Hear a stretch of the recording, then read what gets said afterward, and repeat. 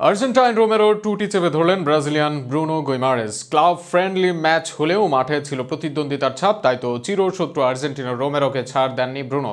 অপ্রয়োজনীয় ট্যাকেলের জবাবটা বেশ ভালোই দিয়েছেন এই ব্রাজিলিয়ান। দুই লাতিন তারকার হঠাৎ উত্তেজনা রূপ নিল বিশৃঙ্খলায়। দক্ষিণ কোরিয়ার সিওলে আয়োজিত প্রাক মৌসুম প্রস্তুতি ম্যাচে মুখোমুখি হয়েছিল নিউক্যাসল ইউনাইটেড এবং টটেনহ্যাম হটস্পার। তবে 1-1 গোলের ড্রয়ে শেষ হওয়া এই ম্যাচে আলোচনার কেন্দ্রে ছিল না ম্যাচের ফল, বরং ব্রুনো গুইমারেজ ও ক্রিস্টিয়ান রোমেরোর মধ্যে ঘটে যাওয়া উত্তপ্ত ঘটনা। ম্যাচের প্রথমার্ধে ঘটে এই বিতর্কিত মুহূর্ত। নিউক্যাসলের Brazilian midfielder Bruno Guimaraes penalty বক্সের কাছাকাছি জায়গায় টটেনহ্যামের আর্জেন্টাইন ডিফেন্ডার রোমেরোর একটি কঠিন ট্যাকেল এড়িয়ে যান, কিন্তু ঠিক পরের মুহূর্তেই রোমেরো পেছন থেকে গুইমারেজকে ধাক্কা দেন, যেটি ছিল স্পষ্টভাবে আগ্রাসী ও অপ্রয়োজনীয়। এতে রাগে ফেটে পড়েন গুইমারেজ।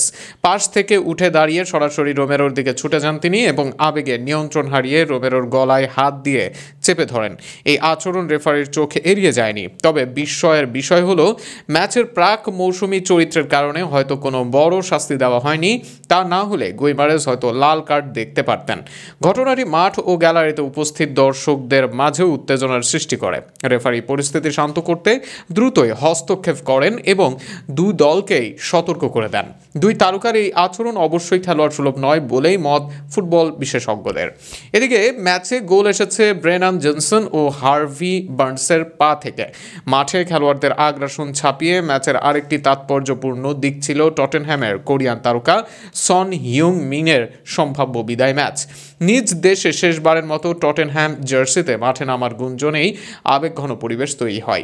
ফুটবল মাঠে এমন উত্তেজনা নতুন কিছু নয়, তবে এটি প্রাক মৌসুমী প্রস্তুতির মতো হালকা ম্যাচে ঘটায় বেশ বিস্ময়ের জন্ম দিয়েছে।